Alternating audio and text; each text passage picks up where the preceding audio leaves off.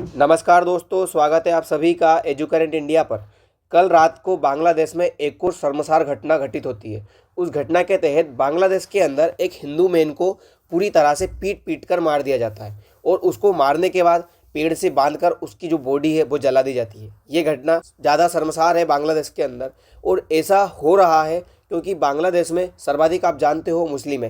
पहली बात से बांग्लादेश में मैं आपको बता दूं, पहले से ही बांग्लादेश के अंदर 7% से भी कम जो है हिंदू बचे हुए हैं। उसमें से भी उनके साथ इस तरह से अब घटना करवाई जा रही है। उनका मानना है कि जो भी सारा कार्य है बांग्लादेश के अंदर घटना घटित हो रही है या फिर बांग्लादेश में जो दंगे फसाद हो रहे हैं उसमें कहीं ना कहीं भारत का हाथ है, ऐसा वहाँ के लोगों का मानना है। ये हम भी जानते हैं ये ऐसा कुछ नहीं है, लेकिन वहाँ के लोगों का ये मानना है कि अब बांग्लादेश के अंदर जो भी हो रहा है वो भारत करवा रहा है। इस चीज के बारे में हम पूरा डिटेल जानेंगे और ये भी जानेंगे कि बांग्लादेश के अंदर अब तक क्या क्या हुआ है। दोस्तों, एक बात और मैं आपको बता दूं, बांग्लादेश के अंदर आपको ये पता होगा कि फिलहाल में पत्रकारिता जो है वो पूरी तरह से खत्म हो चुकी है, क्योंकि इतना ज़्यादा प्रोटेस्ट होगा, मास लेवल पर प्रोटेस्ट होगा, तो पूरी तरह से जो पत्रकारिता है वो तो खत्म होगी।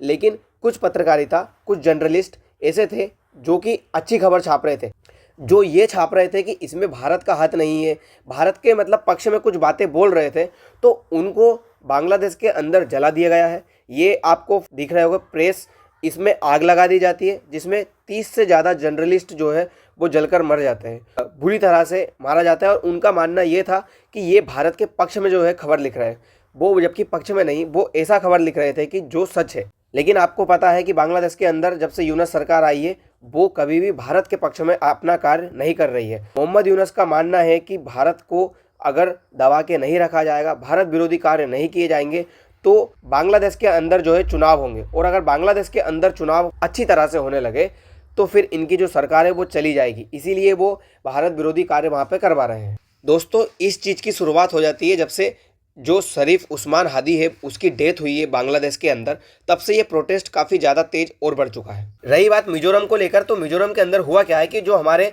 जीओसी है, यानी कि ईस्टर्न कमांड जिनको बोला जाता है, जीओसी जो है हमारे आरसी तिवारी, ये वहाँ पर जाते हैं मिजोरम का मुआयना करने और लोकेशन को देखने के लिए जाते हैं। तो लोकेशन उनको 2 लोकेशन समझ में आती है, जिसमें से एक लोकेशन का नाम परवा है और दूसरी सिलसुरी।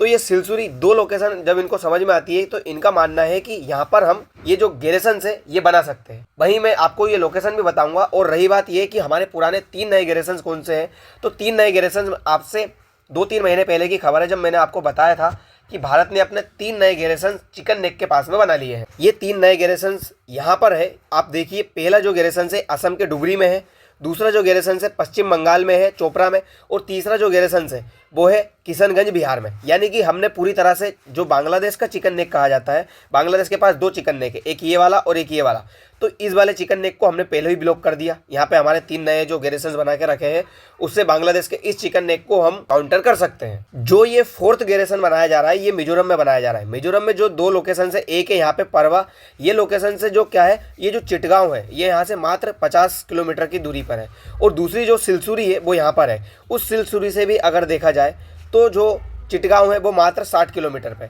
यानी कि इन दोनों लोकेशंस में से कहीं पे भी हमारा अगर गैरिसन तैयार होता है तो बांग्लादेश के लिए ये मतलब आप समझ लीजिए झटका होगा, क्योंकि बांग्लादेश को इससे काफ़ी ज़्यादा नुकसान लगेगा।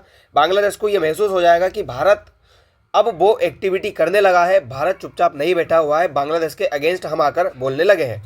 दोस्तों, दरअसल आपको पता ही होगा बांग्लादेश का ये जो चिकन नेक है, यहाँ से अगर हम इसको ब्लॉक कर दें मिजोरम के पास से, और दूसरी बात हमारे त्रिपुरा के पास अगर हमारी मिलिट्री आ जाती है तो हम बांग्लादेश को यहाँ से ब्लॉक कर सकते हैं। और बांग्लादेश को अगर हमने यहाँ से ब्लॉक किया तो ये जो हिस्सा है बांग्लादेश का ये पूरी तरह से टूट जाएगा।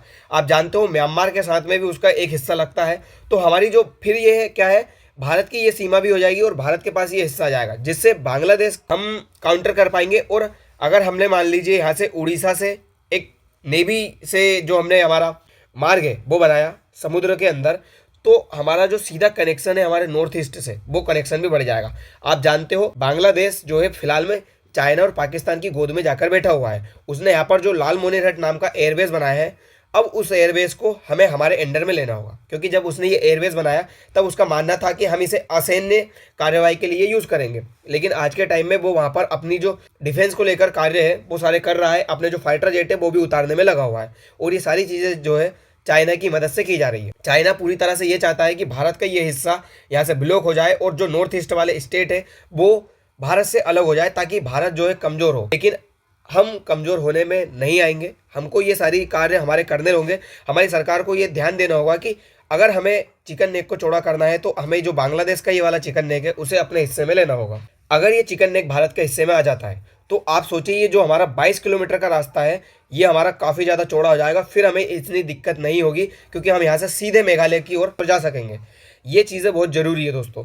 अगर हम बांग्लादेश को नहीं डरा के रखेंगे, बांग्लादेश को नहीं समझा के रखेंगे तो आने वाले समय में बांग्लादेश हमें और ज़्यादा आग दिखाएगा। क्योंकि आप जानते हो ये तीनों तरफ से भारत से घिरा हुआ है, उसके बावजूद आज भारत के विरोध में इतना ज़्यादा हो चुका है। हमारे जो शशि थरूर जी है उन्होंने एक पैनल गठित किया था, उस पैनल के तहत उन्होंने ये कहा कि भारत के अंदर 1971 के बाद से पहली बार ऐसा क्राइसिस हुआ है कि जो बांग्लादेश है वो भारत के अगेंस्ट खड़ा हुआ है। ये कहीं ना कहीं भारत के लिए बहुत चिंता का विषय है। हमारा जो प्रो सपोर्टर हुआ करता आज वही देश भारत के बहुत ज़्यादा विरोध में है, एंटी इंडिया प्रोटेस्ट वहाँ पर चल रहे हैं।